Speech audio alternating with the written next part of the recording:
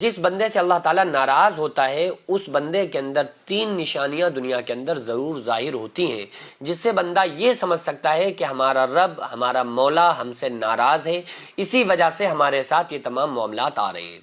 اگر کسی بندے کے اوپر کوئی پریشانی آتی ہے تو اگر اس کو دیکھ کر کوئی یہ کہے کہ دیکھو اللہ تبارک و تعالیٰ نے اس کی گرفت کر لی، تو ایسا بالکل بھی نہیں ہے۔ کسی کے پاس پیسہ آ جانا یا نہ آنا اس بات کی علامت نہیں ہوتی ہے، یہ آپ نہیں سمجھ سکتے کہ اس سے اللہ راضی ہے یا ناراض ہے۔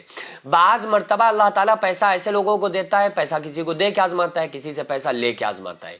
لیکن وہ کون سی نشانیاں ہیں جس سے بندہ یہ سمجھ سکتا ہے کہ ہمارا رب ہم سے ناراض ہو چکا ہے اور ہمارا رب ہم سے ناراض ہے؟ قرآن مقدس میں اللہ تبارک و تعالیٰ نے ارشاد فرمایا ان بطش ربک لشدید، کہ بے شک اللہ کی پکڑ بڑی سخت ہے۔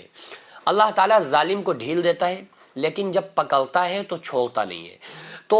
پہلی چیز تو یہ ہے کہ جس بندے سے اللہ تعالیٰ ناراض ہوتا ہے اس سے اپنے ذکر کی توفیق کو چھین لیتا ہے، کیونکہ دنیا کے اندر سب سے بڑی اگر کوئی چیز ہے تو وہ ذکر اللہ ہے، اللہ کا ذکر ہے۔ قرآن میں خود اللہ تعالیٰ نے فرمایا وَلَذِكْرُ اللَّهِ اکبر، اللہ کی یاد سب سے بڑی چیز ہے۔ اور ایک اور جگہ اللہ تعالیٰ نے فرمایا یا ایھا الذین آمنوا اذکروا اللہ ذکرا کثیرا، اے ایمان والو اللہ کا خوب ذکر کیا کرو۔ اور سبح للہ ما فی السماوات و ما فی الارض، جو چیزیں آسمان و زمین میں ہیں سب اللہ کا ذکر کرتی ہیں، سب اللہ کی تسبیح بیان کرتی ہیں۔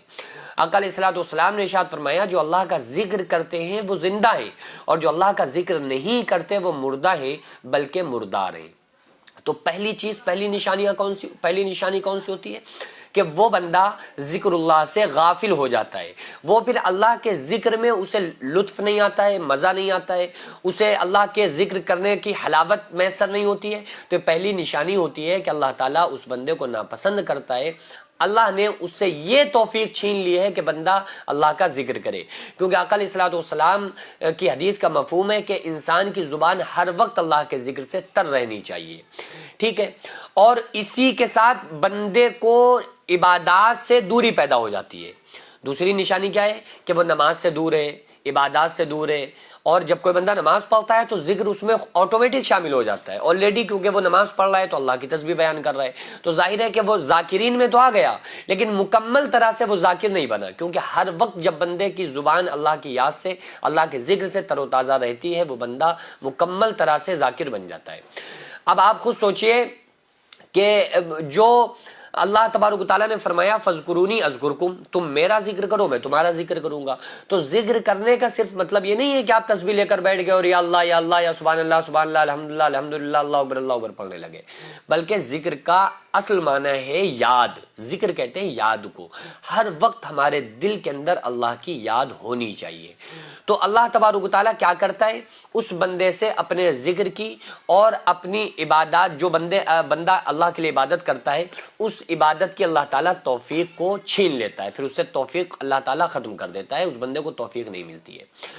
اس کے علاوہ تیسری نشانی یہ ہوتی ہے کہ اللہ تعالیٰ اس بندے کی ڈوری کو ڈھیلی فرما دیتا ہے۔ اللہ تعالیٰ جب کسی بندے سے ناراض ہوتا ہے، یہ حدیث کا مفہوم میں آپ کو بتا رہا ہوں کہ جب اللہ تعالیٰ کسی بندے سے یا کسی قوم سے ناراض ہوتا ہے تو اس کی ڈوری ڈھیلی کر دیتا ہے، اس قوم کی یا اس ایک شخص کی ڈوری کو ڈھیلی کر دیتا ہے کہ دیکھیں تم کتنی سرکشی کرو گے، دیکھیں گے تم کو، لیکن آئے گا اونٹ پہاڑ کے نیچے۔ ایک مرتبہ حضرت عمر فاروق رضی اللہ تعالیٰ عنہ آئے نا پیارے آقا صلی اللہ علیہ وآلہ وسلم کی بارگاہ میں، تو حضرت عمر نے آقا علیہ السلام کو دیکھا کہ وہ ایک چارپائی کے اوپر کھجور کی چھال ہے، اس کے اوپر آپ صلی اللہ علیہ وآلہ وسلم لیٹے ہوئے ہیں، اور آپ کی اس کھجور کی چھال کا جو بستر تھا اس کے اوپر کوئی کپڑا بھی نہیں پڑا تھا، صرف کھجور کی چھال تھی۔ تو جب رسول اللہ صلی اللہ علیہ وآلہ وسلم اٹھ کر بیٹھے نا تو آپ کی پیٹھ مبارک میں اس چھال کے نشان بنے ہوئے تھے، تو حضرت عمر کے آنکھوں سے آنسوؤں کا سمندر جاری ہو گیا، فرمانے لگے یا رسول اللہ صلی اللہ علیہ وآلہ وسلم یہ قیصر و کسریٰ، یہ دنیا کی حکومت ہے، یہ تو دنیا کی حکومت ہے، قیصر اور کسریٰ یہ تو دنیا کی حکومت ہے، دنیا کی حکومتیں عیش و عشرت کی زندگی بسر کریں، اور آپ محبوب رب العالمین ہونے کے باوجود آپ کے بستر پر ایک کپڑا بھی موجود نہیں ہے۔ تو آپ صلی اللہ علیہ وآلہ وسلم نے ارشاد فرمایا جو دنیا کی حکومتیں ہیں یہ جو قیصر و کسریٰ ہیں یہ صرف دنیا کی حکومتیں ہیں، لیکن اے عمر خوش نہ ہو جاؤ گے کہ ایسی جنت اللہ تعالیٰ نے ایمان والوں کے لیے تیار کر کے رکھی ہے کہ جدھر نظر اٹھاؤ گے 70,000 سال تک دیکھتے رہو گے،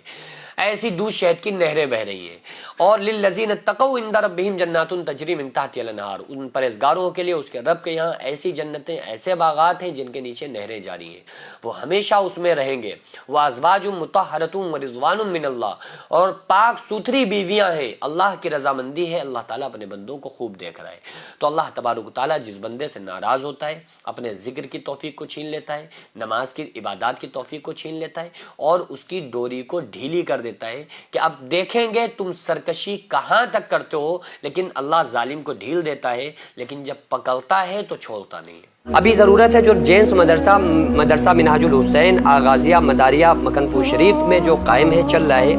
تو اس کا